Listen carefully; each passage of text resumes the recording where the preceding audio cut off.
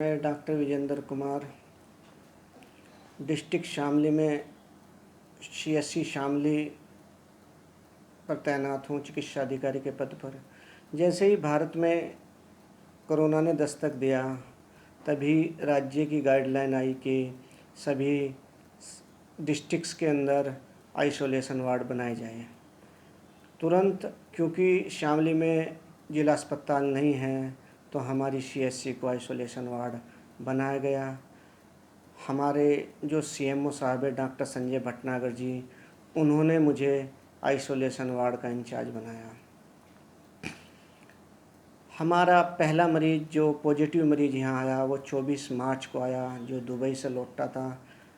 शहनवाज नाम का व्यक्ति था, 27 ईयर ओल्ड।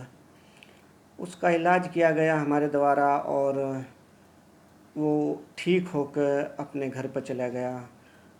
वो मरीज़ जब हम ट्रीट करने के लिए गए सबसे पहले, तो थोड़ा डर हमें भी लगा, लेकिन हमारे जो लीडर थे, वो जो हमें लीड कर रहे थे, हमारे CMO साहब डॉक्टर संजय भटनागर, वो ही उनका फ़ोन आया कि डॉक्टर विजेंद्र, हमारे यहाँ एक केस पॉजिटिव आ गया है, आप तैयार रहिए, मैं केस को लेकर के आ रहा हूँ। हमें लगा कि जब हमारे लीडर ही केस को लेकर आ रहे हैं तो हमें डरने की क्या ज़रूरत है। तो लीडरशिप क्वालिटी आपके यहाँ हर जगह जहाँ भी आइसोलेशन वार्ड बहुत ही बढ़िया होनी चाहिए।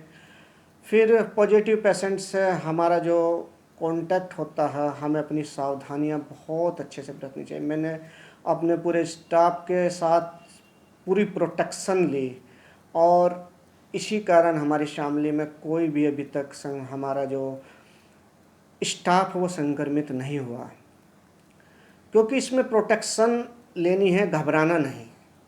क्योंकि प्रकृति की चुनौती जब आई है तो उसके में साहस के साथ हमें कार्य करना है। ये सिद्धांत है डार्विन का जी, जो हमारे साइंटिस्ट रहे हैं, उन्होंने भी सर्वाइवल ऑफ फिटेस्ट सिद्धांत जो है वो यही कहता है कि चुनौतियों को स्वीकार करो और साहस के साथ उन्हें लड़ो।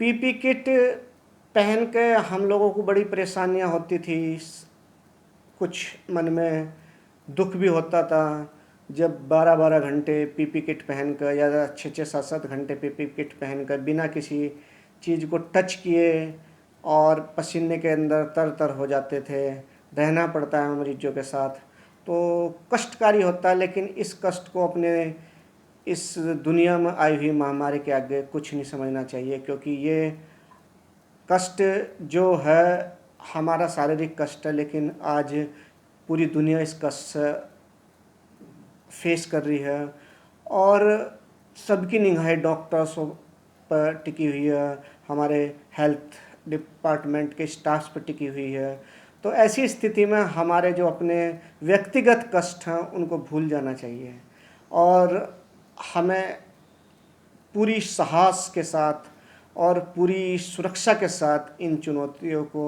स्वीकार करना चाहिए। कोरोना को हराना है, कोरोना को हराने के लिए हर चुनौती स्वीकार करनी होगी।